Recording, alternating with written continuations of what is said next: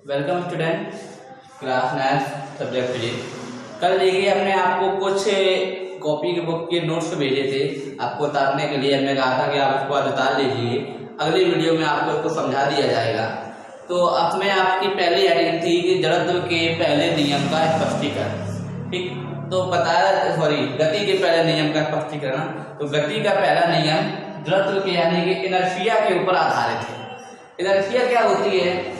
गति का पहला नियम, यदि कोई वस्तु विराम अवस्था में है तो विराम अवस्था में रहना चाहिए। यदि एक समान रेखा से गतिमान अवस्था में है, एक समान चाल से, तो वह गति की अवस्था में रहना चाहेगी जब तक कि उस पर कोई बाह्य बल न लगाया जाए। तो जड़त्व क्या है कि प्रत्येक वस्तु जो अपनी स्थिति में बने रहना चाहती है, उसकी इसी प्रवृत्ति को जड़त्व कहते हैं।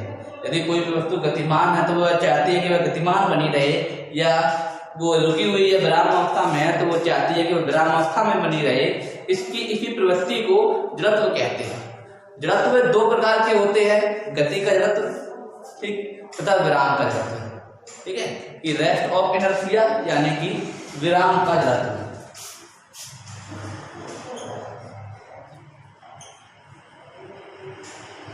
किसी वस्तु का अपनी पूर्व अवस्था में ही बने रहने की प्रवृत्ति को उसका जड़त्व कहते हैं। यह दो प्रकार का होता है, विराम का जड़त्व यानी कि रेस्ट ऑफ इनर्शिया,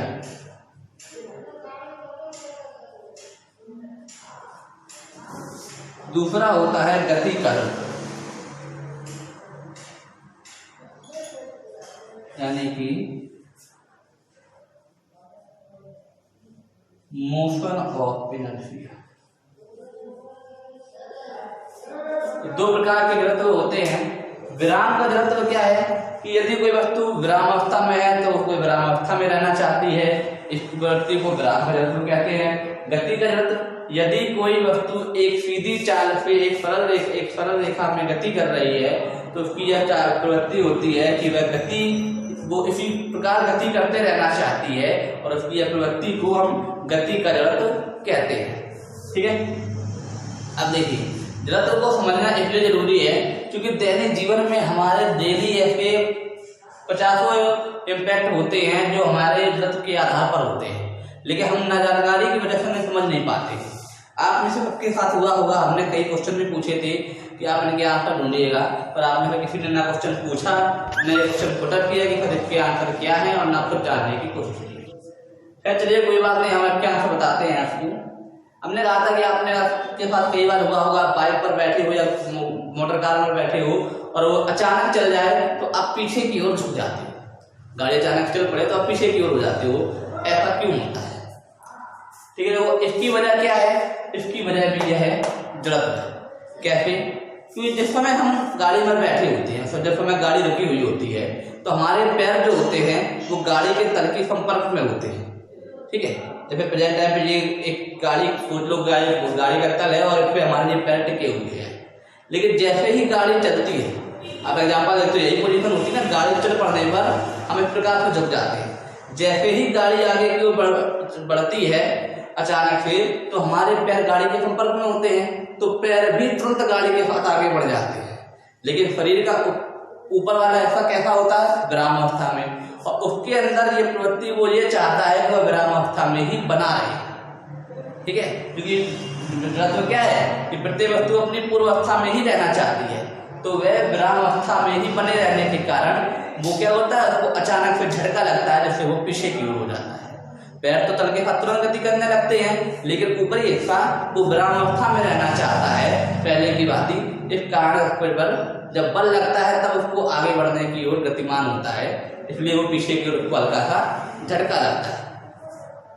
बहुत से एग्जाम्पल हैं ऐसे, जैसे कि आप ब्रेक लगा होता है तो आगे की ओर झुक जाते हो, पोजीशन है, क्योंकि जब आप गति कर रहे होते हो तो आपका शरीर का ऊपर ये पूरा बॉडी मान लो एक गति की अवस्था में होता है।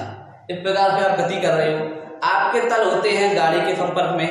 जैसे ही गाड़ी पे ब्रेक मारते हो गाड़ी का तल रुक जाता है, तल के साथ साथ आपके पैर भी वहीं रुक जाते हैं, लेकिन ऊपर वाला हिस्सा वो ये उसी प्रकार से गति करते रहना चाहता है, जिसके कारण वो आगे की ओर झुक जाता है और उसको झटका लगता है। इस प्रकार से हो जाता है और उसको एक झटका सा महसूस होता है। बहुत से एग्जाम्पल, एक क्वेश्चन में पूछा था कि यदि हम कांच में एक छोटा सा पत्थर फेंके तो वो चटक जाता है, जबकि गोली मारते तो कोई छेद करके आर पार निकल जाती है। इसका कारण अर्थ भी है, क्योंकि छोटे पत्थर में वेग कम होता है, वो जब टकराता है तो संपूर्ण का चटक जाता है, और जबकि गोली का वेग अधिक होने के कारण वो गति करते रहना चाहती है, इसलिए वो कांच के उतने टुकड़े को भी अपने साथ लेके चली जाती है, इसलिए वहाँ क्या हो जाता है, एक छेद हो जाता है। आप बहुत से ऐसे एग्जाम्पल है अपने दैनिक जीवन में, जैसे आप गाड़ी चलते हो, आप गाड़ी अचानक से मुड़ती है तो हम भी गाड़ी के साथ मुड़ जाते हैं। इसकी वजह भी जरूरत है, आप चलती बस से या गाड़ी से कूदो अगर तो आपको झटका लगता है, आप आगे की ओर गिरने लगते हो, इसकी वजह भी क्या है, जरूरत है। तो ये दैनिक जीवन के हमारे कुछ ये उपयोग हैं जो हम डेली देखते रहते हैं, हमारे साथ होते रहते हैं, लेकिन हम इनकी वजह न जान पाने के कारण इनको अज्ञानता बस लेते रहते हैं। प्रत्येक हमारे दैनिक जीवन की घटना साइंस से रिलेटेड है, इसलिए विज्ञान को बहुत अच्छे से समझें, हमारे दैनिक जीवन से जुड़ी हुई है। फिजिक्स खासतौर से शुरू में भी आपको बताया था, फिजिक्स को दैनिक जीवन से जोड़ के देखिए, बहुत अच्छे से समझ में आएगा। आई होप आपको जरूर समझ में आ गया होगा, अगर नहीं आया है तो आप पूछ सकते हैं दोबारा से।